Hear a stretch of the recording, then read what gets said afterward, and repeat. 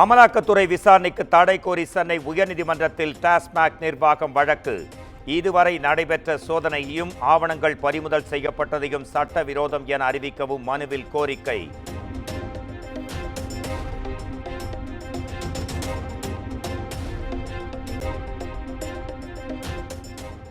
நெல்லையில் ஓய்வு பெற்ற காவல் அதிகாரி படுகொலை வழக்கில் குற்றவாளிகள் மற்றும் பின்னணியில் இருப்பவர்கள் மீது உரிய நடவடிக்கை எடுக்கப்படும். எதிர்க்கட்சித் தலைவர் எடப்பாடி பழனிசாமி கொண்டு வந்த கவனஈர்ப்பு தீர்மானத்திற்கு முதலமைச்சர் மு.க. ஸ்டாலின் விளக்கம்.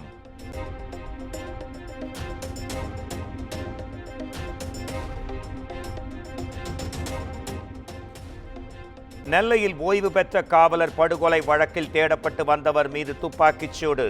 கிருஷ்ணமூர்த்தி என்ற தௌஃபிக் என்பவரிடம் காவல்துறை தீவிர விசாரணை.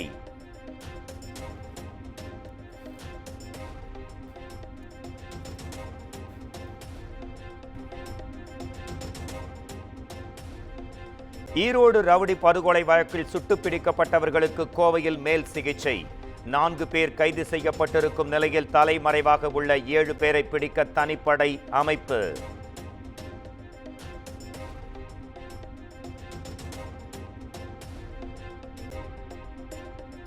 காவிரி குண்டாறு இணைப்பு திட்டம் குறித்து சட்டப்பேரவையில் காரசார வாதம். அதிமுக ஆட்சியில் இடைவெளி விட்டு நடுநடுவே கால்வாய் வெட்டப்பட்டதாக துரைமுருகன் குற்றச்சாட்டு.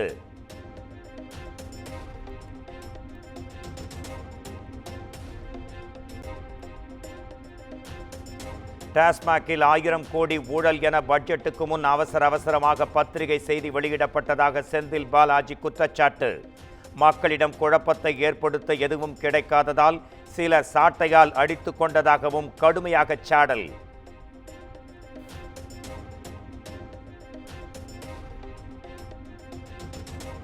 ஓ பன்னீர்செல்வம் பேச நாங்கள் வாய்ப்பு வழங்க முடியாது. அதிமுக கொறடா எஸ்பி வேலுமணி சபாநாயகரிடம் திட்டவட்டம்.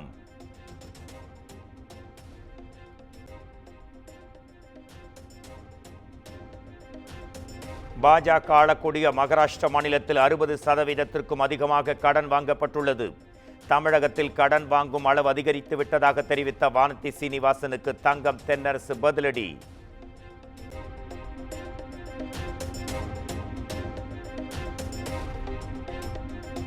விண்வெளிக்கு சென்று திரும்பிய சுனிதா வில்லியம்ஸுக்கு முதலமைச்சர் மு.க. ஸ்டாலின் பாராட்டு. சுனிதா வில்லியம்ஸ் பத்திரமாக பூமிக்கு திரும்பியுள்ளது மகிழ்ச்சியடை செய்திருப்பதாக பேரவையில் பேச்சு.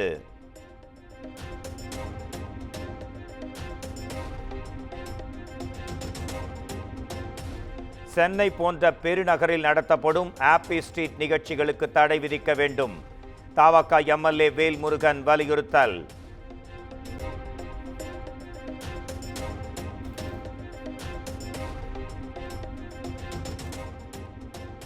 தெருநாய்கள் கடித்து உயிரிழக்கும் கால்நடைகளுக்கு இழப்பீடு வழங்கப்படும் என அமைச்சர் ஐ. பெரியசாமி அறிவிப்பு. மாடு உயிரிழந்தால் 37,500 ரூபாயும் ஆட்டுக்கு 6,000 ரூபாயும் இழப்பீடு.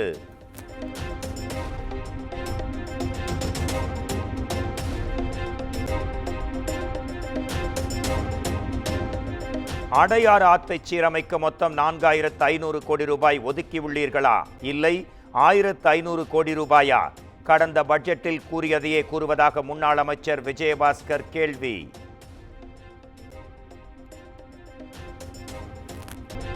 சென்னையில் பொது மற்றும் தனியார் பங்களிப்புடன் டிஜிட்டல் முறையில் ஸ்மார்ட் பார்க்கிங்.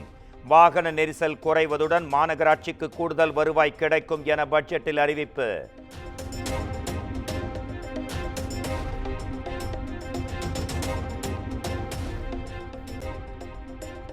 தொகுதி மறுவரையறை குறித்த கூட்டு நடவடிக்கை குழு கூட்டத்தில் பங்கேற்க பஞ்சாப் முதலமைச்சர் பகவந்த் மானுக்கு அழைப்பு. சட்டத்துறை அமைச்சர் ரகுபதி, திமுக எம்பி கனிமொழி உள்ளிட்டோர் நேரில் அழைப்பு விடுத்தனர்.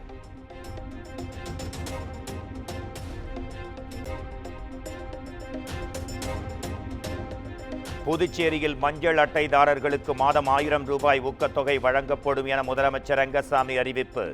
பள்ளி மாணவர்களுக்கு ஏப்ரல் மே மாதங்களில் லேப்டாப் வழங்க நடவடிக்கை எடுக்கப்பட்டு வருவதாகவும் தகவல்.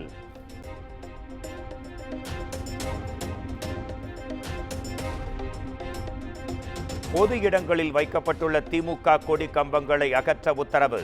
உயர்நீதிமன்ற மதுரை அமர்வின் உத்தரவை அடுத்து கட்சி நிர்வாகிகளுக்கு பொதுச் செயலாளர் துரைமுருகன் அறிவுறுத்தல்.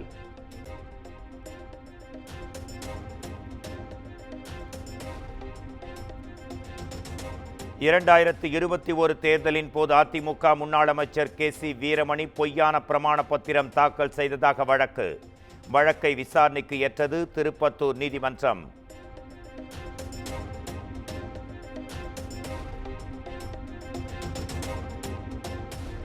எண்ணெய் கசிவு விவகாரத்தில் சென்னை பெட்ரோலிய கழகம் 73 கோடி ரூபாய் இழப்பீடு செலுத்த கோரிய உத்தரவுக்கு இடைக்கால தடை. தென் மண்டல தேசிய பசுமை தீர்ப்பாயம் உத்தரவு.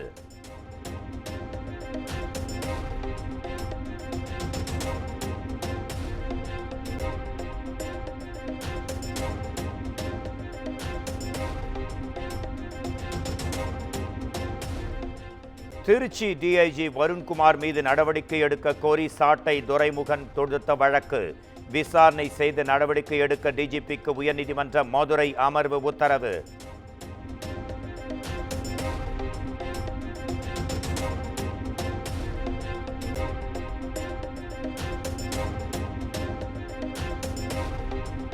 மருதமலை முருகன் கோயில் குடமுழுக்கில் தமிழில் மந்திரங்கள் போத அனுமதி வழங்க வேண்டும்.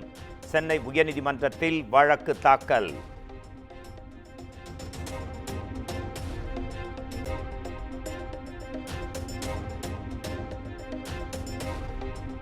நாட்டில் 343 மாவட்டங்களில் மட்டும் தங்க விற்பனைக்கு ஹால்மார்க் கட்டாயமாக்கியது ஏன்? மற்ற மாவட்டங்களில் முறைகேடுகள் நடக்காதா என மத்திய அரசுக்கு உயர்நீதிமன்ற மதுரை அமர்வு கேள்வி.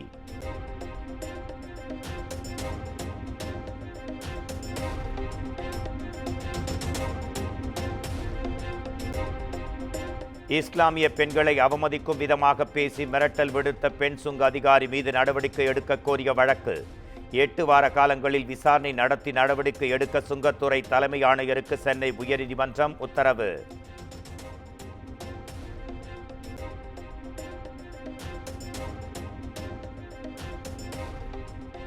நாடு முழுவதும் வியாழனன்று நடைபெற இருந்த ரயில்வே வாரிய தேர்வு ஒத்திவைப்பு. ரயில் உதவி ஓட்டுநர் பதவிக்கான தேர்வு இன்று ரத்தான நிலையில் நாளைய தேர்வும் ரத்து செய்யப்பட்டதால் தேர்வர்கள் அதிர்ச்சி.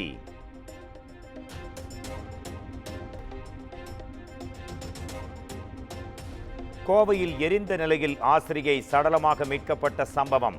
கடைசியாக வீட்டிலிருந்து புறப்பட்ட ஆசிரியையின் CCTV காட்சிகள் வெளியீடு.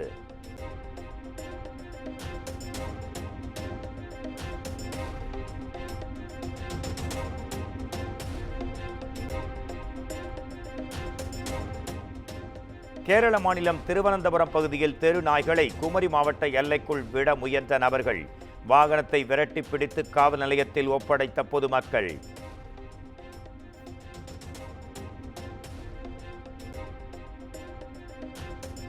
சென்னை காவல் ஆணையர் அலுவலக கேன்டீனில் காலாவதியான குளிர்பானங்கள் விற்பனை.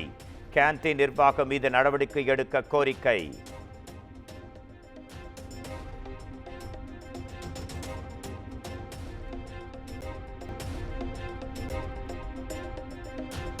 நாகர்கோவிலில் டாஸ்மாக் கடையில் முதலமைச்சர் ஸ்டாலினின் புகைப்படத்தை வைத்த விவகாரம். பாஜக பெண் நிர்வாகியை கைது செய்து கோட்டாட்சியர் போலீசார் நடவடிக்கை.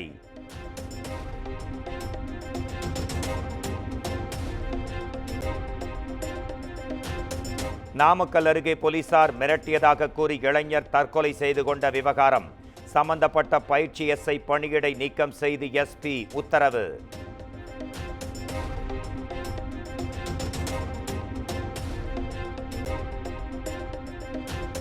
பழனி தண்டாயுதபாணி சுவாமி கோயிலில் பக்தர் உயிரிழப்பு.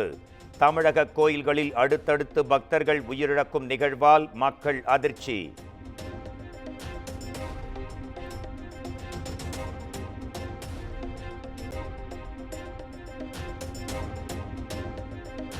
வெம்பக்கோட்டை 3ஆம் கட்ட அகழாய்வில் சுடுமண்ணாலான அலங்கரிக்கப்பட்ட பதக்கம் மற்றும் இரும்பு கண்டெடுப்பு. முதன்முறையாக 102 சென்டிமீட்டர் ஆழத்தில் ஈயமும் கிடைத்துள்ளதாகவும் அமைச்சர் தங்கம் தென்னரசு வலைத்தளத்தில் பதிவு.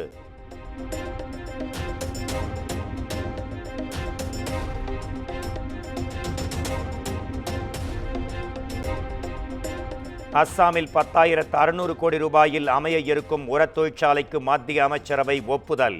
யூபிஐ பரிவர்த்தனைக்கு தளர்வு உள்ளிட்ட திட்டங்களுக்கும் ஒப்புதல் வழங்கப்பட்டது.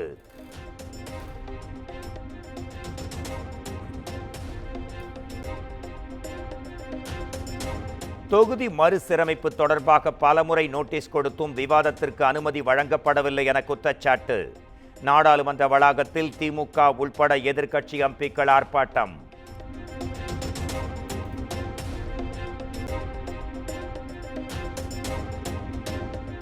தமிழக மீனவர்களை வஞ்சிக்கும் இலங்கை அரசுக்கு இந்தியா பதிலடி கொடுக்காதது ஏன்?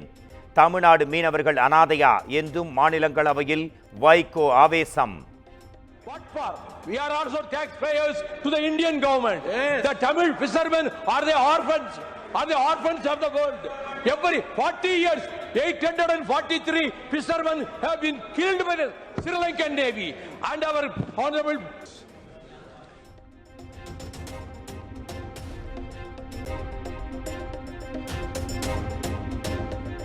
மன்னார் வளைகுடா ஆழ்துளை நடவடிக்கைகளை கைவிட வேண்டும். நாடாளுமன்றத்தில் கனிமொழி எம்பி வலியுறுத்தல்.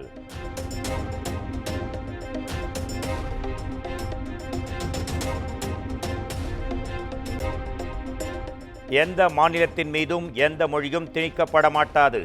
மாநிலங்களவையில் கல்வி அமைச்சகம் எழுத்துப்பூர்வமாக பதில்.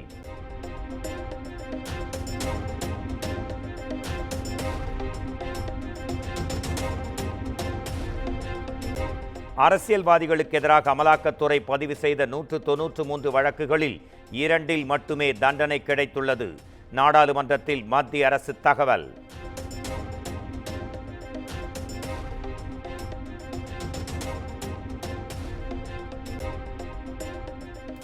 எதிர்பாராத 9 மாத விண்வெளி பயணத்திற்கு பிறகு பூமிக்கு திரும்பினார் சுனிதா வில்லியம்ஸ். புன்னகைத்தபடி டிராகன் விண்கலத்தில் இருந்து வெளியே வந்தார் சுனிதா.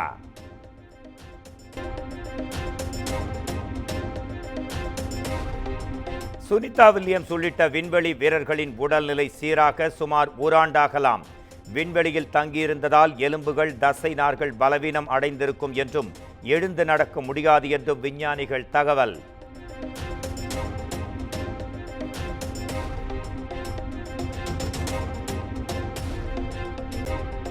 சுனிதா வில்லியம்ஸ் பூமிக்கு திரும்பியதை வரவேற்று பிரதமர் நரேந்திர மோடி வாழ்த்து. கனவுகளை நனவாக்கும் தைரியத்தையும் விடாமுயற்சி என்ன என்பதையும் சுனிதா வில்லியம்ஸ் நிரூபித்திருப்பதாகவும் நெகிழ்ச்சி.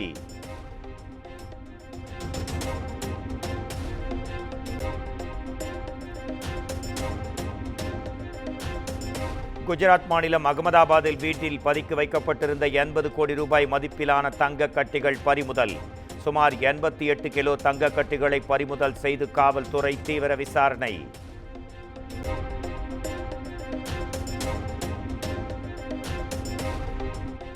$50 கோடி கொடுத்து வுல்ஃப் டாகை வாங்கிய பெங்களூரு தொழிலதிபர். ஓநாய் மற்றும் நாயின் கலப்பினமான வுல்ஃப் டாக் கண்டு மக்கள் ஆச்சரியம்.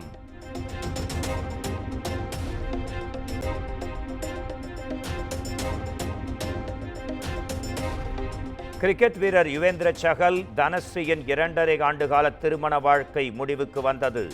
4,75 லட்சம் ரூபாயை நிரந்தர ஜீவனாம்ச நிதியாக சஹல் வழங்க இருப்பதாக தகவல்.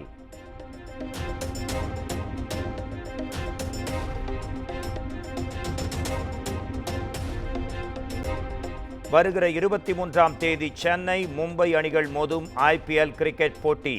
சில மணி நேரத்திலேயே வெற்றி தீர்ந்த ஆன்லைன் டிக்கெட்டுகள்.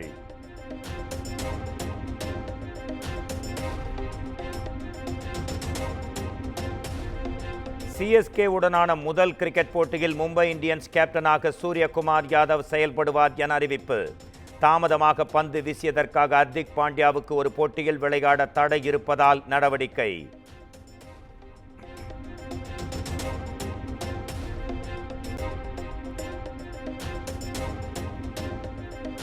IPL 2025 கிரிக்கெட் தொடரின் தொடக்க விழாவை பிரம்மாண்டமாக நடத்த BCCI திட்டம். கோல்கத்தாவில் நடைபெறும் விழாவில் பாடகி ஸ்ரேயா கோஷல், பாலிவுட் நடிகை திஷா பாத்னி ஆகியோர் கலை நிகழ்ச்சி நடைபெறும் என்றும் அறிவிப்பு.